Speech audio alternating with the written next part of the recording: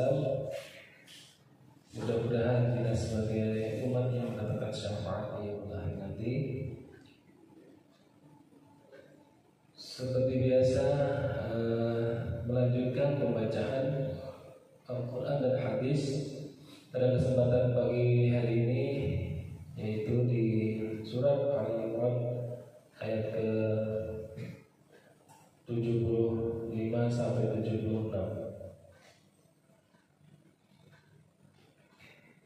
A'udzu billahi minasy syaithanir rajim. Bismillahirrahmanirrahim. Wa min ahlil kitab man in ta'manhu bi qintarin yu'addihi ilaika wa minhum man in ta'manhu bi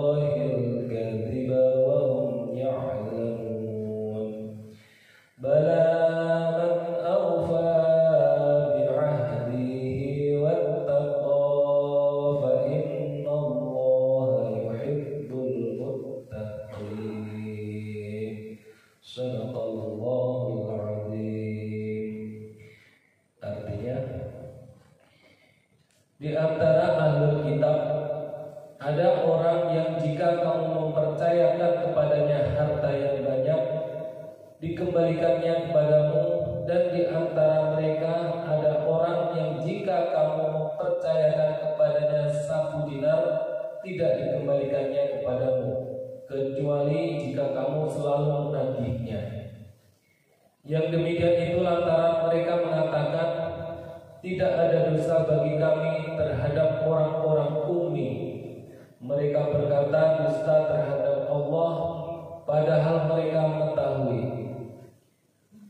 Bukan demikian, sebenarnya siapa yang menepati janji yang dibuatnya dan bertakwa, maka sesungguhnya Allah menyukai orang-orang yang bertakwa. Maha benar Allah dengan segala firman-Nya. Penjelasan, Allah memberitahukan bahwa di antara orang-orang Yahudi itu terdapat orang yang suka berkhianat.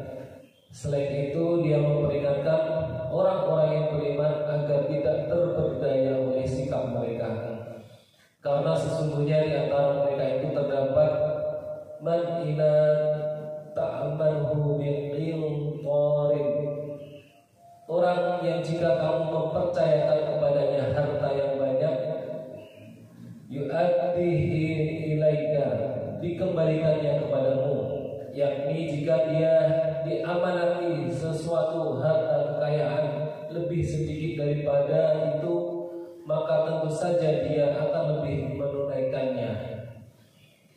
Wa minhum man in ta'amanhu bidinarin la yu'addihi ilaika illa ma dumta alaihi qa'ima. Dan di antara mereka ada juga orang yang jika kamu mempercayakan kepadanya 1 dinar, tidak dikembalikan kepadamu, kecuali jika kamu selalu menagihnya, yaitu dengan meminta dan terus-terus menagih untuk mendapatkan hakmu. Jika terdapat 1 dinar saja demikian adanya, maka terhadap sesuatu yang nilainya lebih dari 1 dinar, maka tentu saja dia tidak akan mengembalikannya kepadamu. Mengenai kata qintar telah diberikan penjelasan di awal surah, sedangkan istilah dinar sudah cukup dikenal.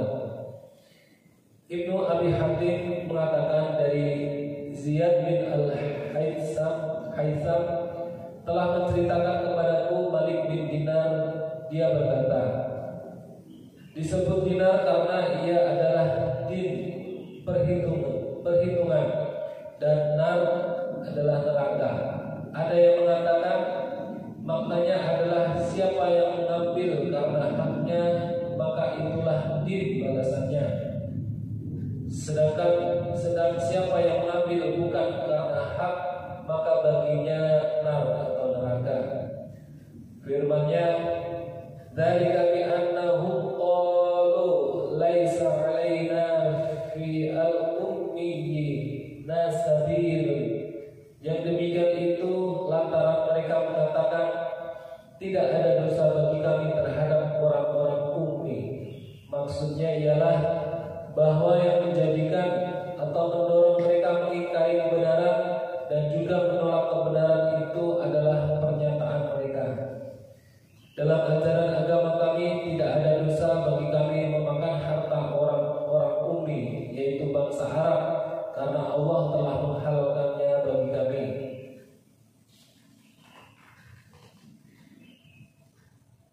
Allah pun berfirman, "Wa yaquluna 'ala Allahil kadhiba wa hum ya'lamun." Mereka berkata dusta terhadap Allah padahal mereka mengetahui. Maksudnya mereka telah mengada-ada ucapan ini dan membuat suatu kedustaan dengan kesesatan tersebut, karena Allah telah mengharamkan kepada mereka memakan harta orang lain kecuali dengan cara yang benar. Namun mereka adalah kaum yang suka berdusta. Selain itu Allah berfirman, "Bala man awfa bi'ahdihi wattaqwa." Bukan demikian, sebenarnya siapa yang menepati janji yang dibuatnya dan bertakwa. Artinya, tetapi siapa di antara kalian, wahai ahlul kitab, yang menepati janji dan bertakwa kepada Allah, yaitu janji yang telah diambil oleh Allah dari kalian berupa iman kepada Muhammad SAW, jika beliau telah diutus, sebagaimana Allah telah mengambil janji atas para nabi serta umatnya untuk itu, dan bertakwa, yaitu menjaga diri dari semua yang diharamkannya, dan mengetahui ketaatan serta syariat yang telah dibawa oleh penutup dan pemimpin para rasul. Fa innallaha yuhibbul muttaqin. Maka sesungguhnya Allah menyukai orang-orang yang bertakwa. Alhamdulillah, pembacaan Quran telah saya bacakan. Saya lanjutkan dengan pembacaan hadis. Hadis yang ketiga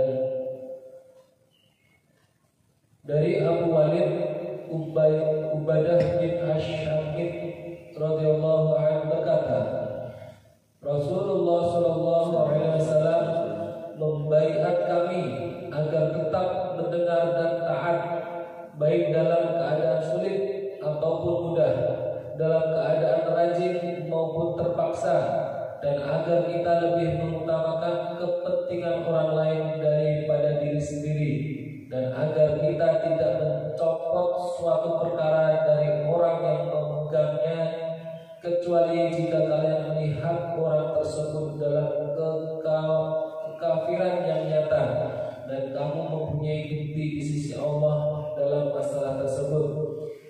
Kami juga dibaiat agar mengatakan kebenaran di mana saja kita berada, dan tidak takut akan caci maki orang mencaci maki. Muttafaqun alaih. Penjelasan, dalam hadis ini terdapat kewajiban mendengar dan taat kepada para pemimpin meskipun mereka berbuat zalim, dan sesungguhnya tidak diperbolehkan memberontak melawan mereka selama mereka tidak menampakkan kekafiran yang jelas dan tidak ada kemungkinan yang lain. Saya ulang, dari Abu Walid Ubadah bin Ash-Shamit radhiyallahu anhu berkata, Rasulullah sallallahu alaihi wasallam membaiat kami agar tetap mendengar dan taat, baik dalam keadaan sulit ataupun mudah, dalam keadaan rajin maupun terpaksa, dan agar kita lebih mengutamakan kepentingan orang lain daripada diri sendiri, dan agar kita tidak mencopot suatu perkara dari orang yang memegangnya, kecuali jika kalian melihat orang tersebut dalam kekafiran yang nyata dan kamu mempunyai bukti di sisi Allah dalam masalah tersebut. Kami juga dibaiat agar mengatakan kebenaran di mana saja kita berada dan tidak takut akan caci maki orang mencaci maki. Muttafaqun alaih. Penjelasan dalam hadis ini terdapat kewajiban mendengar dan taat kepada para pemimpin meskipun mereka berbuat zalim